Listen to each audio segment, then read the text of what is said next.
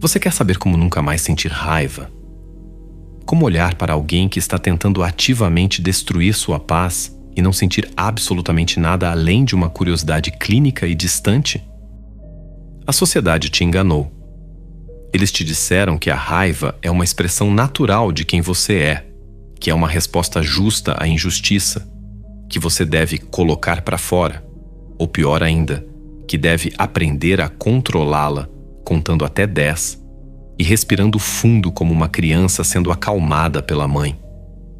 Eles estão mentindo para você porque não entendem a arquitetura do poder. A raiva não é uma expressão de força. Ela é uma submissão biológica humilhante. Cada vez que você perde a calma, você está assinando um contrato invisível que entrega o controle remoto do seu sistema nervoso para um idiota. Você está aceitando ser um boneco cujas cordas são puxadas por qualquer pessoa com um insulto barato ou um comportamento inconveniente. Existe, porém, uma arquitetura psicológica, um método de desapego frio e calculado que torna você biologicamente imune ao desrespeito. Uma vez que você entenda como a armadilha é montada, você nunca mais será pego nela, e o mundo perderá o poder de te ferir. A primeira fase para entender sua própria escravidão é reconhecer a armadilha do gatilho.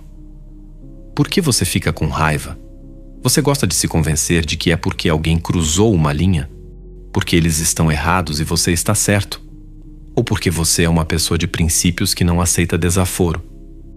Mas vamos ser honestos, sem as desculpas que você conta para si mesmo diante do espelho. Você fica com raiva porque seu ego está tentando desesperadamente proteger uma projeção frágil da sua identidade. Você se irrita porque, em algum nível subconsciente e obscuro, você teme que a pessoa possa estar certa. Ou pior, você teme que a opinião dela sobre você realmente dite a sua realidade. Observe a mecânica de um insulto. Um insulto não é uma arma, é um convite. É um teste para ver se você é tolo o suficiente para descer do seu trono e lutar na lama. Em 1809, Napoleão Bonaparte, o imperador dos franceses, encurralou seu ministro das Relações Exteriores, Talleyrand.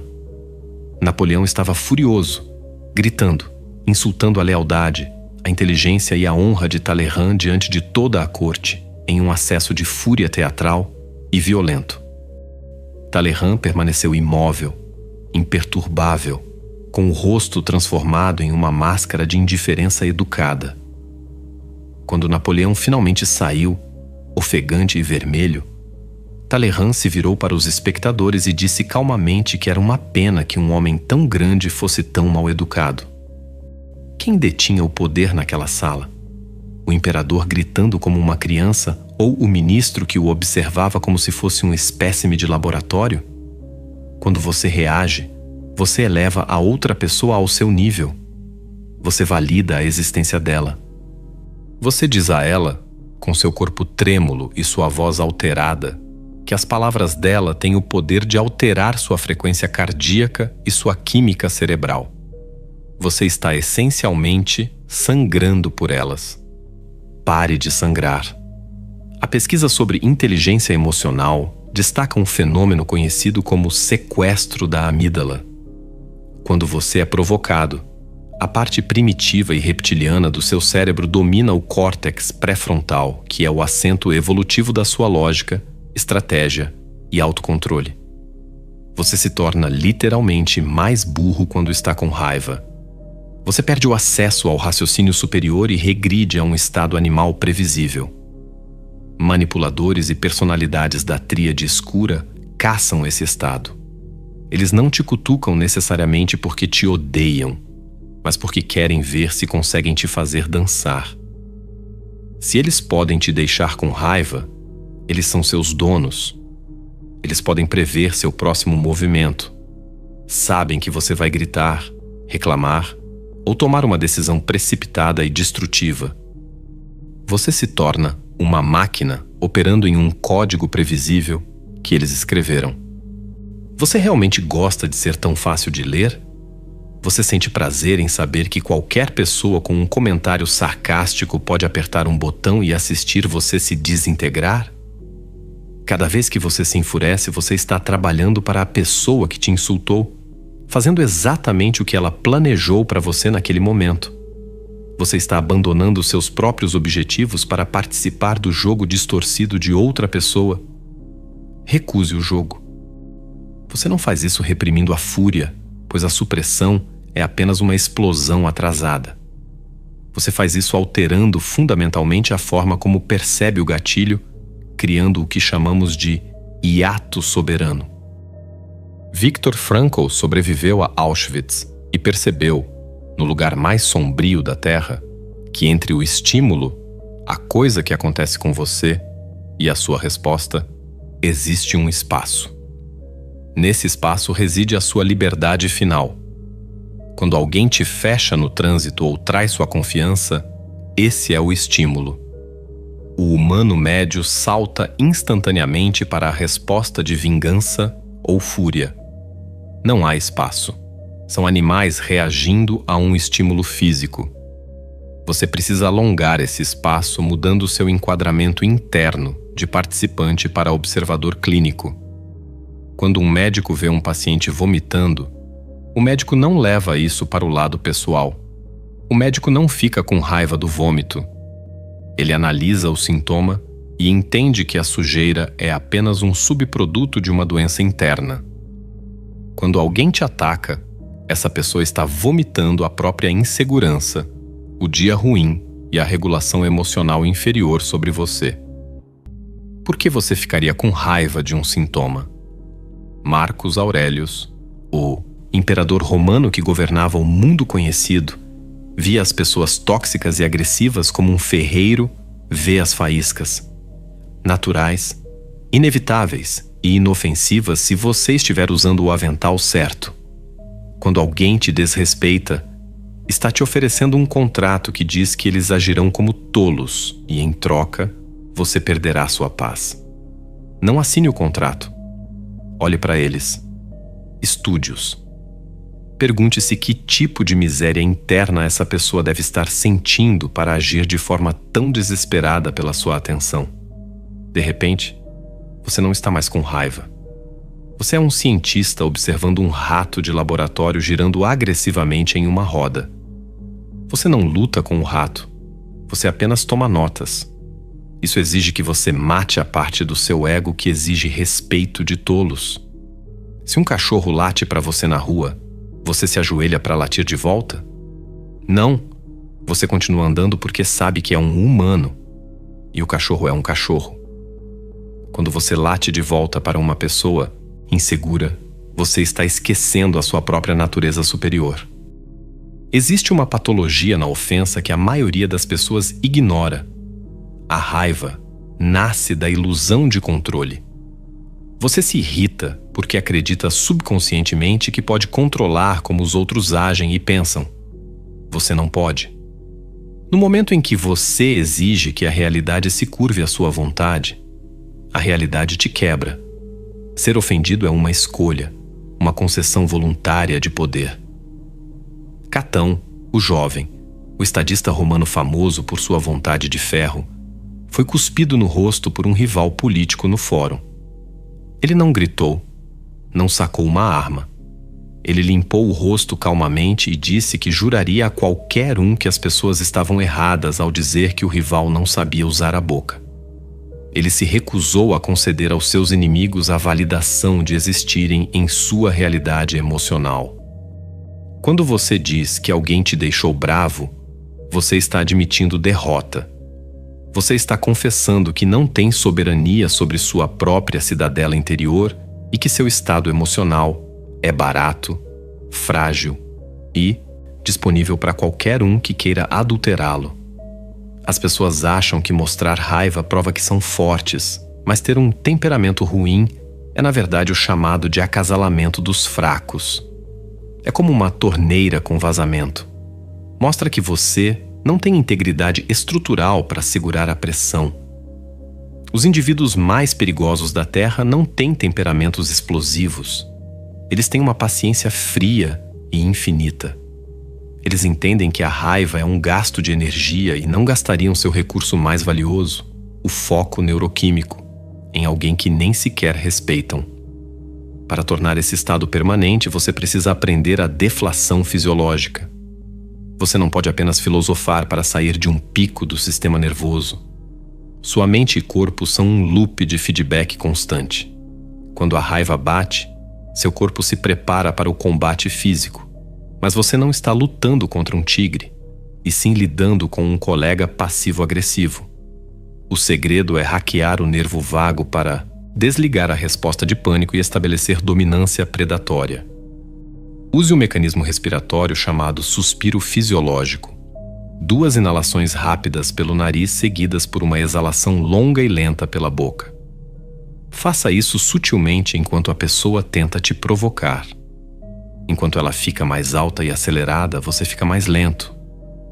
Seus batimentos caem, seu piscar de olhos diminui, sua postura relaxa e seus músculos faciais ficam completamente imóveis. Isso é uma exibição de dominância absoluta e aterrorizante. No reino animal, o predador não tem pressa. A presa é que corre, se agita e entra em pânico. Ao baixar sua resposta fisiológica diante da agressão alheia, você sinaliza para o cérebro primitivo do outro que ele não é uma ameaça para você. Você comunica sem dizer uma palavra que o nível mais alto de fúria dele mal registra no seu radar. Isso destrói o manipulador, pois você transforma a arma dele em um espelho da própria insignificância. Ele está queimando calorias e danificando os próprios órgãos com hormônios do estresse, enquanto você está apenas parado, respirando lentamente, observando-o se autodestruir. Você deve parar de olhar para a interação humana como uma troca social e começar a vê-la como uma economia. Sua atenção é uma moeda. Seu equilíbrio neuroquímico é seu capital. Todos os dias, mendigos emocionais se aproximam de você pedindo uma reação, um pedaço do seu foco. Quando você fica com raiva, você abre seu cofre e entrega seu ouro. Por que você está subsidiando os egos frágeis de pessoas que não conseguem regular a própria mente? Júlio César, capturado por piratas na juventude, não ficou com raiva da demanda de resgate. Ele riu, exigiu que aumentassem o valor porque eles não sabiam quem ele era e passou o tempo lendo poesias para seus captores. Quando eles não apreciavam seus textos, ele os chamava de selvagens analfabetos, com um tom perfeitamente calmo, prometendo que voltaria para crucificá-los. Ele não estava gritando, estava afirmando um fato biológico. Ele cumpriu a promessa semanas depois com uma execução fria e sem emoção. A raiva é a emoção dos impotentes. Uma exibição teatral para convencer o outro de que você é perigoso. Mas o perigo real não precisa de teatro. O leão não ruge para a gazela antes do ataque. Torne-se um snob com sua neuroquímica. Quando alguém tentar te atrair para uma briga, olhe para a provocação como um péssimo investimento de negócios. Você quer que eu sacrifique minha paz e diminua minha inteligência para discutir algo que não importará em 72 horas? Proposta negada. Deixe a provocação apodrecer na mesa, sem resposta. Entenda o fenômeno da identificação projetiva. Quando alguém tem um mundo interno em decomposição, consumido por vergonha e auto-ódio, a pressão interna torna-se insuportável. Para sobreviver, eles precisam exportar essa toxicidade para um hospedeiro. Eles procuram alguém estável e calmo e atacam, não porque você fez algo, mas porque eles precisam descarregar o vírus interno em você. Se eles conseguirem te fazer perder o controle, eles sentem um alívio doentio temporário, porque transferiram o lixo psicológico deles para o seu sistema nervoso. O momento em que você se enfurece é o momento em que o download foi concluído. Você agora é um aterro sanitário emocional para uma pessoa quebrada. Bloqueie a transferência com a piedade clínica. Não é empatia, pois a empatia te faria sentir a dor deles. É a observação de um organismo condenado sob um microscópio. Pergunte-se quão horrível deve ser o monólogo interno dessa pessoa para que ela precise agir assim para se sentir viva. A raiva evapora quando você olha para o agressor como um pedinte psicológico. Você nega a eles a realidade de serem uma força intimidadora e os vê como um sintoma que merece apenas observação, não reação. Se você for forçado a interagir, utilize o acordo assimétrico, o judô psicológico. Se um objeto vem em sua direção, bloqueá-lo absorve o impacto. Se você se esquiva e puxa o objeto na direção em que ele já ia, ele colapsa sob o próprio impulso. Quando alguém te insulta, espera resistência.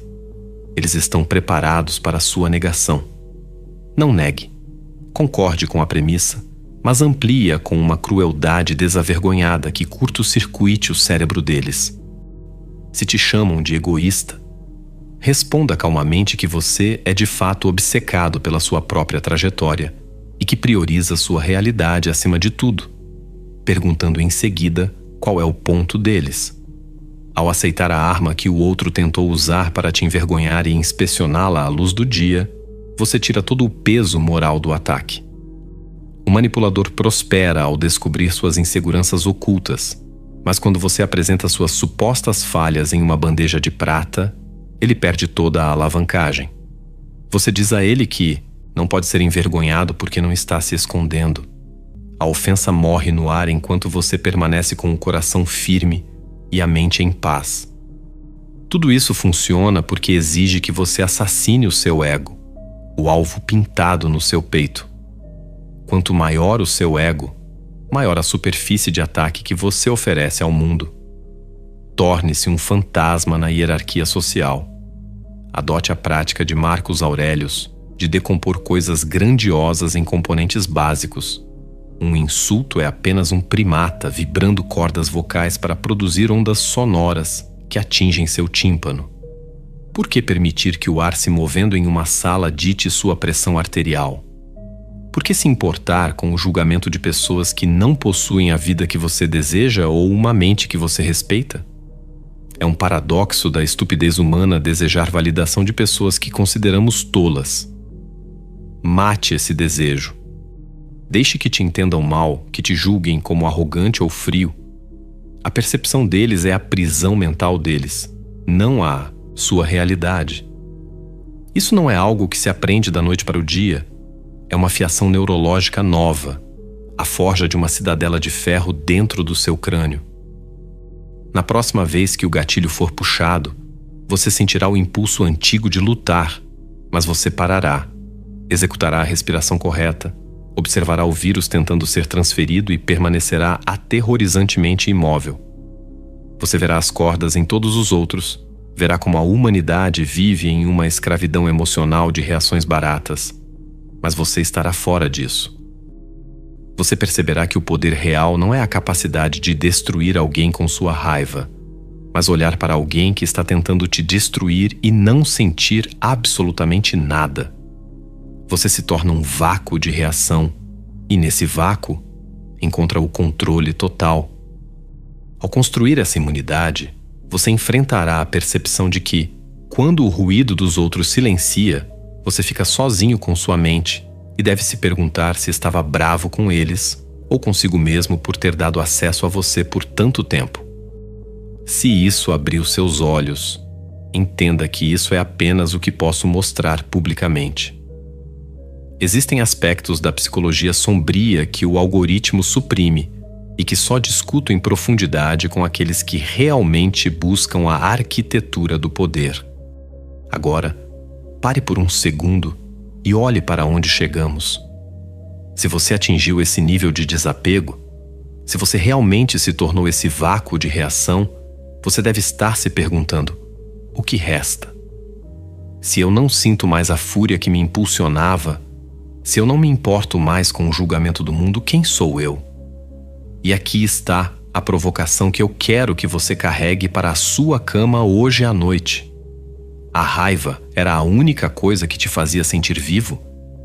Você passou tanto tempo reagindo ao mundo que, agora, no silêncio da sua própria soberania, Você descobriu que não tem um propósito próprio? É fácil ser o mestre do desapego quando se está vazio, mas o verdadeiro desafio começa agora. Se as cordas foram cortadas e ninguém mais pode te fazer dançar, para onde você vai caminhar por conta própria?